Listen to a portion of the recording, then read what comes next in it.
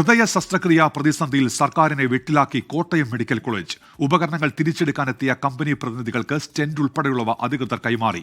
ആരോഗ്യവകുപ്പിന് ഇക്കാര്യത്തിൽ കടുത്ത അതൃപ്തിയുണ്ട്. ഉപകരണങ്ങൾ തിരിച്ചെടുത്ത് കാത്ത് ലാബിന് മുന്നിൽ വെച്ച് വീഡിയോ ചിത്രീകരിക്കാൻ അവസരം നൽകി 24 ബ്രേക്കിംഗ്. MG പ്രതീഷാണ് ഇപ്പോൾ വിവരങ്ങളുമായി ചേരുന്നത്. പ്രതീഷ്, വലിയൊരു പ്രതിസന്ധി രൂപപ്പെട്ട സമയത്താണല്ലോ കോട്ടയം മെഡിക്കൽ കോളേജ് അധികൃതരുടെ ഭാഗത്ത് നിന്ന് ഇത്തരത്തിലൊരു നടപടി ഉണ്ടായിരിക്കുന്നത്. എന്തൊക്കെയാണ് വിവരങ്ങൾ പ്രതീഷ്?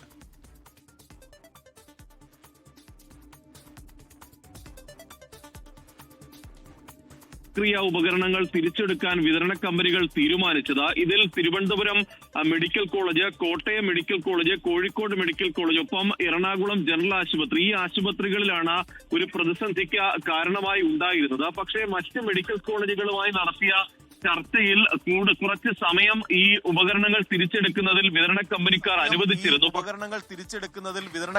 അനുവദിച്ചിരുന്നു. പക്ഷേ കോട്ടയം മെഡിക്കൽ കോളേജിൽ ഈ വിതരണ കമ്പനിക്കാർ തന്നെ നേരിട്ടെത്തി ഈ ഉപകരണങ്ങൾ തിരിച്ചെടുക്കുകയായിരുന്നു.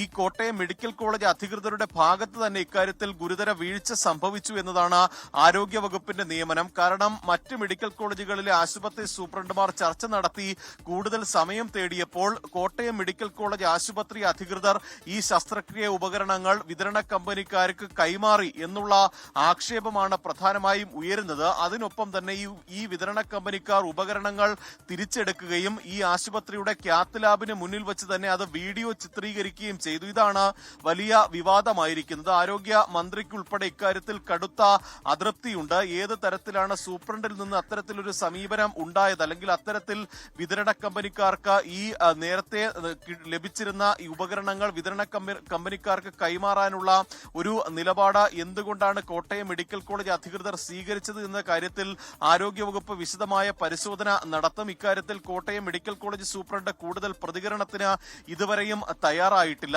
നിലവിൽ ഇന്നലെ വൈകുന്നേരം ഈ വിതരണ കമ്പനിക്കാർ യോഗം ചേരുകയും ഈ കുറച്ച് സമയം ചില ആശുപത്രികൾക്ക് അനുവദിക്കുകയും ചെയ്തിട്ടുണ്ട്. ബാക്കി ആശുപത്രികളിൽ നിന്ന് ഈ ഉപകരണങ്ങൾ തിരിച്ചെടുക്കുന്നതിൽ നിയമസഹായം തേടാനും ഈ കമ്പനി അധികൃതർ തീരുമാനിച്ചിട്ടുണ്ട്.